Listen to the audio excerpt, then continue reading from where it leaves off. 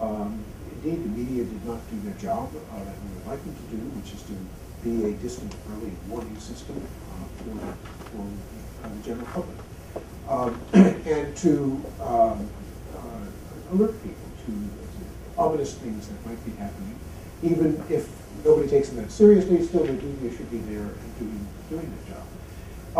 But after a month or two of research, I discovered there was next to no coverage from Afghanistan in the 1990s.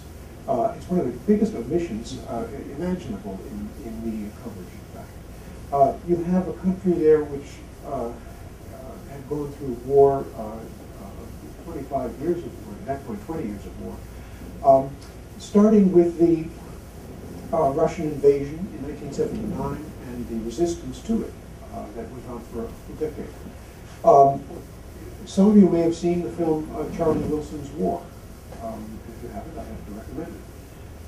As a vivid and colorful example of kind of a genre of glorifying a member of Congress who basically pulled strings, pushed buttons, threw all of his own weight around to try to get money for a CIA operation to support the Mujahideen in Afghanistan as they were fighting the Russians. And I think it's probably a reasonably accurate depiction of the operation. And you probably would also recall that at the end of the film, there's a concern about things going out of control after the victory by the Mujahideen and defeating the Russians and the removal of the Russian forces. In fact, that's really an understatement of how bad the situation was at the end of the Russian occupation. The Russians departed, or at least physically, they left Afghanistan in 1989, February 15th, I think. And it was one of those moments. I was covering Europe at that time for the newspaper Newsday. 1989 was one of those enormous turning points in history, where you have a whole system that has helped shape the world, mainly communism, basically collapsing one place after another, and the rule and the leadership and the rule changed. And it really started in Afghanistan. It really started at the Friendship Bridge, where the Russians were withdrawn over.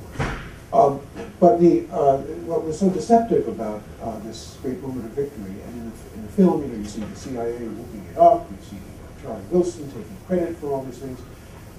Two things were very deceptive. One was that it was not our victory, the United States. It was not the CIA's victory. It was really the victory of the Afghan fighters themselves.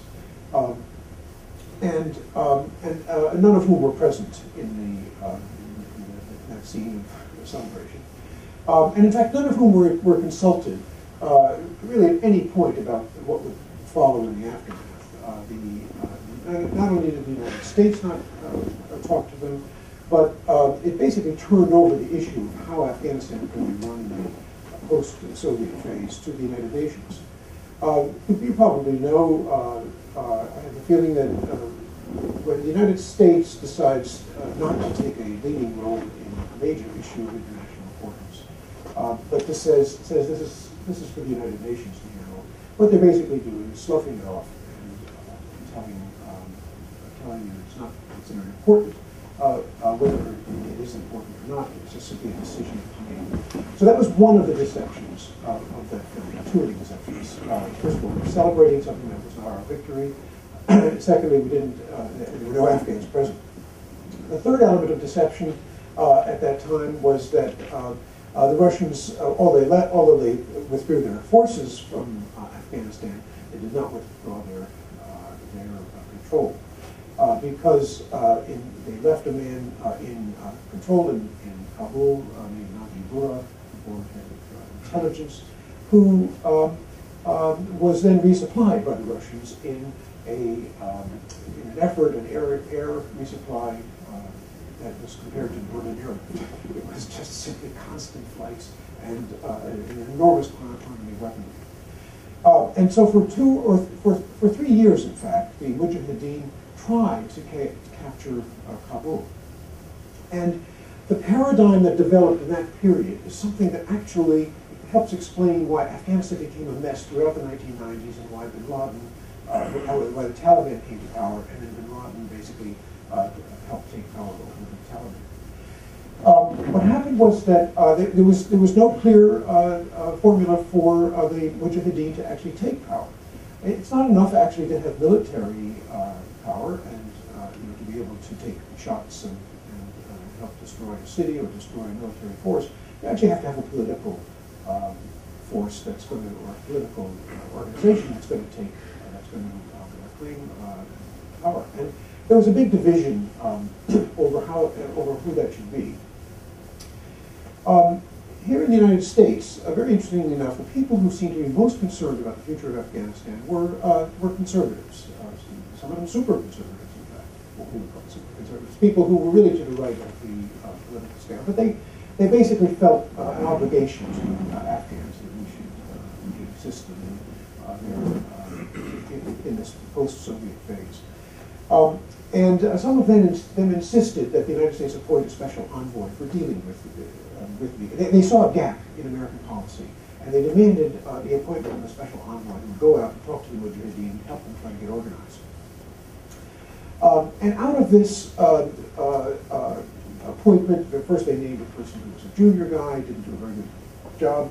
They actually appointed when George Bush 41 took power, they appointed a envoy named Peter Thompson, an experienced diplomat who actually had no experience of Afghanistan, but who was a capable guy, and whose job was to go out there and try to herd the cats, and get the warlords, get the people in Afghanistan, the leadership together.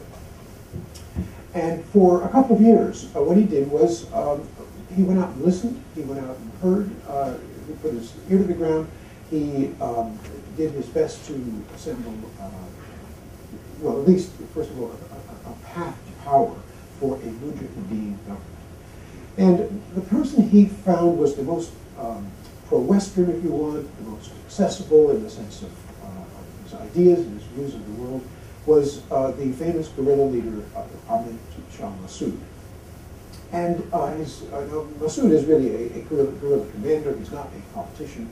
The politician he associated most closely with was named Rabbani, Rabbani, his own professor, in fact, from Kabul University. Both of them are Tajiks, both from the northeast of the country. Both had been in Panjshir Valley. Massoud had withstood something like 9 Russian offensives. He had thwarted them. He was one of these really key figures. And by the way, almost nobody knows much about him. His biography has yet to be written. And Massoud was a legendary commander. Rabbani, a somewhat less than legendary professor, and a man who really didn't have a good grasp of how to construct a government. So you had a slightly uneven pairing of these two. But Thompson, through a variety of means, assisted Massoud, encouraged Massoud, leaned to Massoud. And sure enough, at a certain point, the Russians decided to pull the plug on their proxy regime in Kabul. It was actually May of 1992. And Massoud was ready to march in, and did. He did it peacefully. Now, at the very moment that his forces arrived, almost without a fight, in fact, Najibullah basically went to the UN compound and was there, protected there for several years. Kabul came under bombardment, and this was from a force headed by a man named Gulbuddin Hekmatyar. If Massoud was a moderate Islamist, a person who believed that Sharia should help guide the state, but he